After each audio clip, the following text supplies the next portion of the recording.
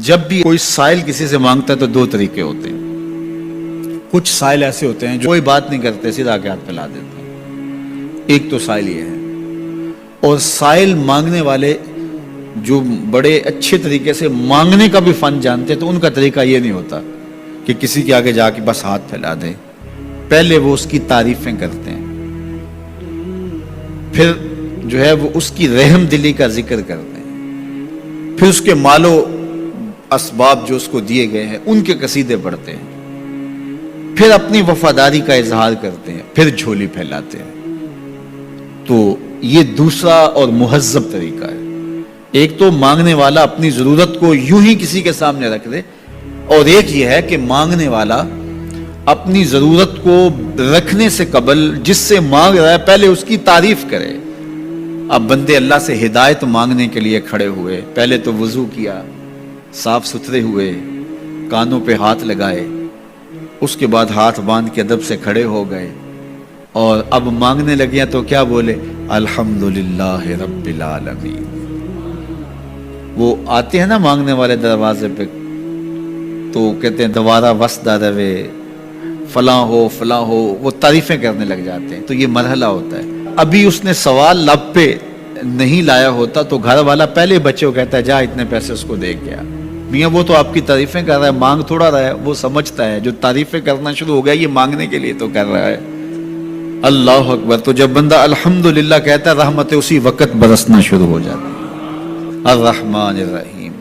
میں سخی کی دہلیز پہ کھڑا ہوں جو رحمان بھی ہے جو رحیم بھی ہے، محض اپنے کرم سے عطا کرتا ہے، رحم کی بھیک مانگ رہا ہوں۔ پھر کیا کہہ رہا ہے؟ مالک یوم الدین۔ کسی کنگال سے نہیں مانگ رہا، اس سے مانگ رہا ہوں جو مالک ہے، دنیا کا بھی مالک ہے، آخرت کا بھی مالک ہے۔ پھر اس کے بعد اگلی بات کیا کہتا ہے؟ ایاک نعبد و ایاک نستعین۔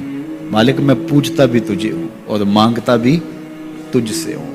دیکھو سائل اس اعتبار سے بھی دو طرح کے ہوتے ہیں۔ ایک سائل ہوتا ہے جو بائی پاس پہ اترتا ہے، ایک کے گھر کے سامنے جاتا ہے، یہی طریقہ صحیح مانگنے کا، لیکن جاتا ہے کہ گھر کے سامنے تعریفیں کرتا ہے، اور مالک خانہ کو پتا ہوتا ہے کہ یہ ہمسایہ سے بھی مانگ کے آیا ہے، میرے گھر سے بھی مانگ رہا ہے، اگلے گھر سے بھی مانگنا ہے، تو وہ اسے تھوڑا سا آٹا دے دیتا ہے، 1 روپیہ دے دیتا ہے۔ اس کو پتا ہے اس نے پورا گاؤں مانگنا ہے، آدھا گاؤں مانگ آیا ہے، آدھا گاؤں اس نے ابھی مانگنا ہے، تو سارے 1-1 روپے دیتے ہیں۔ ایک تو سائل وہ ہے جو در در پہ جاتا ہے، اور ایک سائل بائی پاس سے اترا، وہاں سے پل عبور کیا، پھر گلی سے گزرتے ہوئے یہاں آیا، اور یہاں آ کے آپ کے ساتھ اس نے کہا کہ میں کسی در پہ نہیں گیا، آپ کے پاس آیا ہوں، اب آپ نے میری ضرورت پوری کرنی ہے۔ تو پھر 8 آنے 5 روپے تو نہیں دیے جائیں گے، پھر تو جو میری استطاعت ہوگی، جو آپ کی استطاعت ہوگی، اس استطاعت کے مطابق دیں گے کہ یہ سارا شہر چھوڑ کے آیا ہے، یہ کسی سے نہیں مانگتا، یہ مجھ سے ہی مانگتا ہے۔ تو پھر آپ اس کی ضرورت پوری کریں گے۔ اگر آپ کے بس میں ہوا تو مانگنے والا کیا کہہ رہا ہے؟ ایاک نعبد، یہ پیشانی کہیں اور نہیں جھکتی، و ایاک نستعین، یہ جھولی کسی اور چوکھٹ پہ پھیلتی نہیں۔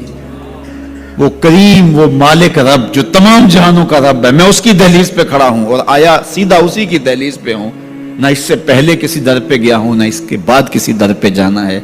تو پھر مالک بھی کرم نوازیاں اور رحمتیں اس کی جھولی میں ڈال دیتا ہے۔ اب اتنی لمبی تمہید باندھنے کے باوجود مانگا گیا، ذرا غور کیجئے۔ یہ وہ ہے جو ہم ہر روز ہر نماز کی ہر رکعت میں مانگتے ہیں، اور مانگنے کا طریقہ کتنا خوبصورت ہے، اور مانگنے والے یوں ہی مانگا کرتے ہیں۔ پہلے جس سے مانگنا اس کی تعریفیں کرتے ہیں۔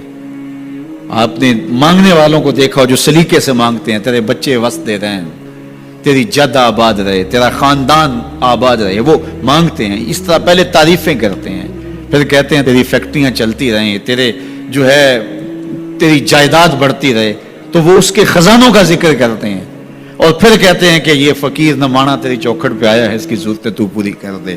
اب بندہ بھی اللہ کے حضور جب حاضر ہوتا ہے تو مانگنے کا سلیقہ کیا ہے؟ سب سے پہلے کہتا ہے الحمدللہ رب العالمین۔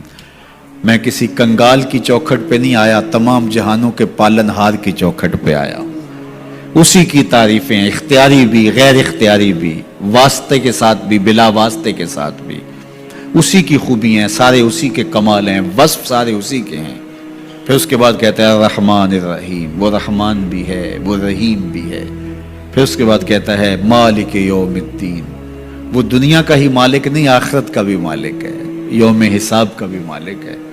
پھر اس کے بعد اپنی وفاداری جتلاتے ہوئے کہتا ہے ایاک نعبد و ایاک نستعین، مالک سارا جہاں بس رہا ہے، میں نے کسی سے نہیں مانگا، میں نے جھولی تیری چوکھٹ پہ پھیلائی ہے، میری پیشانی تیرے حضور جھکتی ہے، یہ پیشانی کسی اور کے حضور کبھی نہیں جھکی نہ جھکے گی. یہ سب عرض کرنے کے بعد پھر مانگتا کیا؟ اہدنا الصراط المستقیم، مالک مجھے سیدھی راہ پہ چلا دے، میں تیرے حضور آیا ہوں، مجھے ہدایت کا نور عطا کر دے. انشاءاللہ یہ ہدایت کیا ہے اور ہدایت کی قسمیں کیا ہیں، اور پھر اس دعا کا جواب اللہ کی طرف سے کیا آتا ہے، اور بندے پہ کتنی کرم نوازیاں ہوتی ہیں، انشاءاللہ یہ مضمون کل ہوگا. اللہ مجھے آپ کو اپنی رحمتوں کے سائے میں رکھے. عمومی طور پہ لوگوں سے لوگ ہنس ہنس کے بات کر رہے ہوتے ہیں، گھر میں ان کا رویہ کچھ اور ہوتا ہے. کسی شخص کی سیرت کو پہچاننے کا بہترین ضابطہ کیا ہے، یہ دیکھا جائے کہ وہ اپنی بیوی کے ساتھ کیسا ہے. اور یہ ضابطہ خود میرے حضور نے دیا، تم میں سے سب سے بہتر وہ ہے جو اپنے اہل خانہ کے ساتھ بہتر ہے، اور میں تم میں سب سے زیادہ اپنے اہل خانہ کے ساتھ بہتر ہوں. جب حضور کا وصال ہوتا ہے تو 9 ازواج حضور کے نکاح میں تھی، کسی ایک کو بھی میرے حضور پہ شکایت نہیں تھی. یہ حضور کا انصاف، ان کو وقت دینا، ان کے لیے حضور علیہ الصلوۃ والسلام کا ایثار اور ان کے لیے حضور کی محبتیں. حضرت خدیجہ الکبریٰ رضی اللہ تعالی عنہا کا ذکر کرتے ہیں ان کے وصال کے بعد تو حضور کی آنکھیں چھلک پڑتی ہیں، اور جانور ذبح کرتے ہیں اور گوشت کے ٹکڑے ان کے سہیلیوں کے گھروں بھیجتے ہیں. حضرت عائشہ رضی اللہ تعالیٰ عنہ فرماتی ہیں میرا ان سے جو رشتہ تھا تو مجھ سے نہ رہا گیا، میں نے ایک دن کہہ دیا حضور آپ اس بوڑھی عورت کا ذکر نہیں چھوڑتے، بڑھاپے کی وجہ سے جس کے ہونٹوں کے گوشے بھی رنگ بدل گئے تھے. تو حضور علیہ السلام کے چہرے پہ جلال آیا، فرمایا عائشہ تم مجھے خدیجہ کے بارے تکلیف نہ دو، جب پورے مکے نے میرا انکار کیا تھا اس نے میرا اقرار کیا تھا، میں اس کا ذکر کیسے چھوڑ سکتا ہوں. اور حضرت عائشہ رضی اللہ تعالی عنہا فرماتی ہیں کہ حضور تشریف لائے اور میں آپ خورے میں پانی پی رہی تھی، تو حضور نے مجھے دیکھا تو دودھ سے کہا عائشہ تھوڑا سا پانی میرے لیے بھی چھوڑنا. تو فرماتی ہے میں نے پانی چھوڑ دیا، حضور نے میرے ہاتھ سے آب خورا لیا، پینے لگے تو پھر رک گئے اور میرے سے مخاطبہ کرتے ہوئے کہا حمیرہ، یہ حضور لاڈ سے نے کہا کرتے تھے، حمیرہ ذرا بتانا تم نے ہونٹ کہاں لگائے تھے، میں وہاں ہونٹ رکھ کے پانی پینا چاہتا ہوں. مجھے یہ بتاؤ اگر شوہر کا رویہ بیوی کے ساتھ یہ ہوگا تو گھر جنت کا ٹکڑا بنے گا یا نہیں بنے گا؟ تو تم میں سے بہتر وہ ہے جو اپنے اہل خانہ کے ساتھ بہتر ہے. سب سے پہلے آپ کے اہل خانہ آتے ہیں، آپ کے ماں باپ آتے ہیں، آپ کے بہن بھائی آتے ہیں، پھر کلاس فیلوز آتے ہیں، اساتذہ آتے ہیں. یہاں سے ہمارا رویہ خوبصورت ہونا شروع ہو. ہم نے دیکھا ہے کہ لوگوں کے ساتھ بڑے اچھے رویے، ماں باپ کے گستاخ ہوتے ہیں، ماں باپ بے ادب ہوتے ہیں، دکان پہ گاہک سے ہنس ہنس کے بات کر رہے ہوتے ہیں، لیکن بہن بھائیوں کے ساتھ رویہ تلخ ہوتا ہے، بیوی کے سامنے جا کے فرعون بن جاتے ہیں، ماں باپ کے سامنے جو ہے ان کے رویے کی تلخی ہوتی ہے.